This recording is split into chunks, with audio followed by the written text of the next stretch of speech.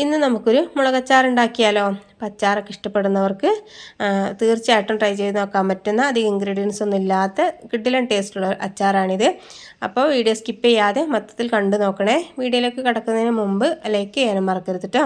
Like ചെയ്താലാണ് എൻ്റെ videos എല്ലാവരിലേക്കും എത്തിപ്പെടുക. പിന്നെ കമൻറ്റ് ചെയ്യാനും മറക്കരുത് കേട്ടോ. പിന്നെ സബ്സ്ക്രൈബ് ചെയ്യാത്തവരാണെങ്കിൽ ഒന്ന് സബ്സ്ക്രൈബ് ചെയ്ത് സപ്പോർട്ട് ചെയ്യണം കേട്ടോ. ആ തൊട്ടടുത്ത് കാണുന്ന ബെല്ലൈക്കണും കൂടി ഒന്ന് പ്രസ് ചെയ്യണേ. എന്നാലാണ് ഞാൻ പുതിയ പുതിയ വീഡിയോസ് ഒക്കെ ഇടുമ്പോൾ നിങ്ങൾക്ക് നോട്ടിഫിക്കേഷൻ കിട്ടുകയുള്ളൂ. അപ്പോൾ നമുക്ക് പെട്ടെന്ന് തന്നെ വീഡിയോയിലേക്ക് കിടക്കാം. അതിന് വേണ്ടിയിട്ട് ആദ്യം തന്നെ നമ്മളൊരു ബൗളിലേക്ക് ഈ ഒരു നെല്ലിക്ക വലിപ്പത്തിലുള്ള വാളംപുളി എടുക്കുന്നുണ്ട്. വാളംപുളി തന്നെ എടുക്കണം കേട്ടോ, കുടംപുളി എടുക്കാൻ പറ്റില്ലേ. പിന്നെ അതിലേക്ക് കുറച്ച് ചൂടുവെള്ളം ഒഴിച്ചു കൊടുക്കാം. എന്നിട്ട് നല്ല രീതിയിലൊന്നങ്ങ് കുതിരാനായിട്ട് വെക്കാം. ഒരു 10 മിനിറ്റ് നേരം നമുക്കിത് വെച്ച് കൊടുത്താൽ മതി. ആ സമയം കൊണ്ട് നമുക്ക് അച്ചാറുണ്ടാക്കി എടുക്കാനായിട്ട് തുടങ്ങാം. അപ്പോൾ ചൂടുവെള്ളം ഒഴിച്ചു കൊടുക്കുന്ന സമയത്ത് പെട്ടെന്ന് തന്നെ കുതിർന്ന് കിട്ടിക്കോളും. അപ്പോൾ അച്ചാറുണ്ടാക്കാൻ വേണ്ടിയിട്ട് ഒരു 2 ടേബിൾ സ്പൂൺ വെളിച്ചെണ്ണ ഒഴിച്ച് കൊടുത്തിട്ടുണ്ട്. സാധാരണ നമ്മൾ അച്ചാറുണ്ടാക്കുന്ന സമയത്ത് നല്ലെണ്ണയാണ് ഒഴിച്ച് കൊടുക്കാറുള്ളത്. അപ്പോൾ വെളിച്ചെണ്ണയിൽ തയ്യാറാക്കാവുന്നതേ ഉള്ളൂ. അപ്പോൾ കൂടുതൽ ദിവസം സ്റ്റോർ ചെയ്ത് വെക്കാൻ പറ്റില്ല എന്നുള്ളത് മാത്രമാണ് കേട്ടോ. എണ്ണ ഒന്ന് ചൂടായി വരുന്ന സമയത്ത് അതിലേക്ക് കുറച്ച് കടുക് ഇട്ട് കൊടുക്കാം. പിന്നെ കുറച്ച് കറിവേപ്പിലയും പിന്നെ നീളത്തിൽ കട്ട് ചെയ്ത് വെച്ചിരിക്കുന്ന ഇഞ്ചി കൂടി ഇട്ട് കൊടുക്കുന്നുണ്ട്. പിന്നെ അതിനേക്കാളും കുറച്ച് കൂടുതൽ വെളുത്തുള്ളിയാണ് ഇട്ട് കൊടുക്കുന്നത്. അതും ചെറുതായിട്ട് വലുതാണെങ്കിൽ ചെറുതായിട്ട് കട്ട് ചെയ്തിട്ട് ചേർത്ത് കൊടുക്കാം. അതിനുശേഷം നമുക്കിതൊന്ന് മിക്സാക്കി എടുക്കാം കേട്ടോ. ജസ്റ്റ് നിങ്ങൾ കളറ് മാറി വരട്ടെ. ഒരുപാട് നേരം നമുക്ക് എണ്ണയിലിട്ട് വഴറ്റിയെടുക്കേണ്ട കാര്യമില്ല. ജസ്റ്റ് നിങ്ങൾ വാടി വന്നാൽ മാത്രം മതിയാവും. അപ്പോൾ ഞാൻ നല്ലെണ്ണയുടെ കാര്യം പറഞ്ഞല്ലോ. അപ്പോൾ കൂടുതൽ അളവിലൊക്കെ തയ്യാറാക്കുന്നവരാണെങ്കിൽ നല്ലെണ്ണ തന്നെ എടുക്കണം കേട്ടോ. എന്നാലാണ് കുറച്ച് ദിവസം നമുക്കിത് സ്റ്റോർ ചെയ്ത് വെക്കാനായിട്ട് കഴിയുള്ളൂ. പിന്നെ വെളിച്ചെണ്ണയാകുമ്പോൾ ടേസ്റ്റിന് വ്യത്യാസമൊന്നും ഉണ്ടാവില്ല കേട്ടോ. നല്ല ടേസ്റ്റ് ആയിട്ട് തന്നെ കിട്ടിക്കോളും. പിന്നെ അതിലേക്ക് ഒരു ടേബിൾ സ്പൂൺ കാശ്മീരി മുളക് പൊടി ചേർത്ത് കൊടുക്കുന്നുണ്ട്. അപ്പോൾ എരിവില്ലാത്ത മുളക് പൊടിയാണെങ്കിൽ മാത്രം ചേർത്ത് കൊടുത്താൽ മതിയാവും, അല്ലെങ്കിൽ ചേർത്ത് കൊടുക്കേണ്ട കാര്യമില്ല കേട്ടോ.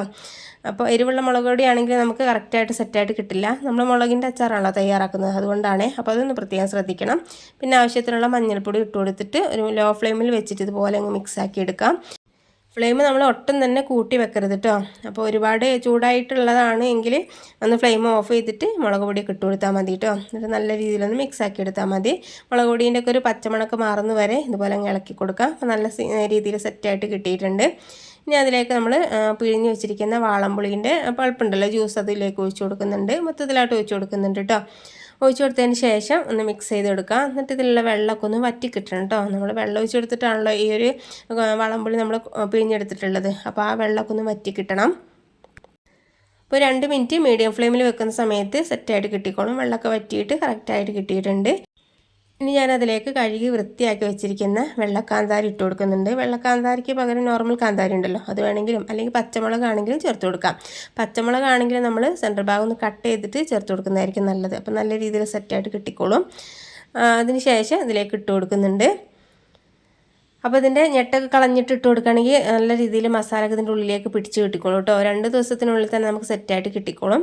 ഇനി ഈ സമയം കൊണ്ട് നമ്മൾ ഉപ്പൊന്നും ചേർത്ത് കൊടുത്തിട്ടില്ലല്ലോ. അപ്പോൾ ആവശ്യത്തിനുള്ള ഉപ്പ് ഈ സമയത്ത് ചേർത്ത് കൊടുക്കാം. ഒരുപാട് കൂടുതൽ ചേർത്ത് കൊടുക്കണ്ട. ഫൈനലായിട്ട് നമുക്ക് വേണമെന്നുണ്ടെങ്കിൽ ചേർത്ത് കൊടുത്താൽ മതിയല്ലോ.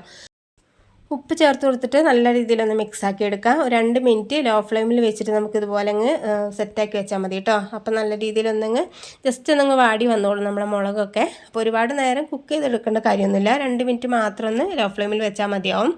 പിന്നെ അതിലേക്ക് ഉലുവ ഞാൻ വറുത്ത് പൊടിച്ചതാണ് കേട്ടോ. വറുത്ത് പൊടിച്ച് തന്നെ ചേർത്ത് കൊടുക്കണം. എന്നാലാണ് കറക്റ്റായിട്ടുള്ളൊരു അച്ചാറിൻ്റെ ഫ്ലേവറും കാര്യങ്ങളും കിട്ടുക. നമ്മൾ അച്ചാർ പൊടി ഒന്നും ചേർത്ത് കൊടുക്കുന്നില്ലല്ലോ, അപ്പോൾ അതുകൊണ്ടാണ്. പിന്നെ അവസാനമായിട്ട് കുറച്ച് കായപ്പൊടി കൂടി ചേർത്ത് കൊടുക്കുന്നുണ്ട്. കായപ്പൊടീനൊക്കെ ഫ്ലേവർ നമുക്ക് അവസാനമായിട്ട് വേണമെന്നുണ്ടെങ്കിൽ ചേർത്ത് കൊടുത്താൽ മതി. ഈ സമയത്ത് ഞാൻ കുറച്ച് ചേർത്ത് കൊടുക്കുന്നുണ്ട്. എന്നിട്ടൊന്ന് മിക്സാക്കി എടുക്കാം. അപ്പോൾ നമ്മൾ റെഡിമെയ്ഡ് അച്ചാർ പൊടിയാണ് ചേർത്ത് കൊടുക്കുന്നത് എങ്കിൽ നമ്മളിതിലേക്ക് മുളക് പൊടി ഒന്നും ചേർത്ത് കൊടുക്കേണ്ട കാര്യമൊന്നും ഉണ്ടാവില്ല. അച്ചാർ പൊടി മാത്രം ചേർത്ത് കൊടുത്താൽ മതി കേട്ടോ. അപ്പോൾ നമുക്ക് സെറ്റായിട്ട് കിട്ടിക്കോളും. അപ്പോൾ നമ്മൾ വീട്ടിലുള്ള ചേരുവകൾ വെച്ചിട്ടാണല്ലോ നമ്മൾ ഈ ഒരു അച്ചാർ തയ്യാറാക്കുന്നത്. അപ്പോൾ അതിന് വേണ്ടിയിട്ടാണ്. അപ്പോൾ എല്ലാം ഒന്ന് നല്ല രീതിയിലൊന്ന് മിക്സാക്കി എടുക്കുന്നുണ്ട്. ഇത് കുറച്ച് ടൈം മതി കേട്ടോ. ഒരു 30 സെക്കൻഡൊക്കെ ഇളക്കി കൊടുത്താൽ മതി. ഇനി അതിലേക്ക് ഫൈനലായിട്ട് കുറച്ച് 2 ടേബിൾ സ്പൂൺ വിനീഗർ കൂടി ചേർത്ത് കൊടുക്കുന്നുണ്ട്. സുറുക്കുണ്ടല്ലോ, അതങ്ങ് ഒഴിച്ച് കൊടുക്കാം. അപ്പോൾ അച്ചാറിൻ്റെ കറക്റ്റായിട്ട് ടേസ്റ്റും കാര്യങ്ങളും കിട്ടണമെന്നുണ്ടെങ്കിൽ, പിന്നെ കേടുകൂടാതിരിക്കണം എന്നുണ്ടെങ്കിൽ നമുക്ക് 2 ടേബിൾ സ്പൂണെങ്കിലും വിനീഗർ ചേർത്ത് കൊടുക്കണം. പിന്നെ ഒന്ന് ഉപ്പും എരിവൊക്കെ ഒന്ന് ബാലൻസ് ചെയ്ത് കിട്ടാൻ വേണ്ടിയിട്ട് ചെറിയൊരു കഷ്ണം ശർക്കര ഒന്ന് ജസ്റ്റ് ഒന്ന് പൊട്ടിച്ചിട്ട് ചേർത്ത് കൊടുക്കുന്നുണ്ട്.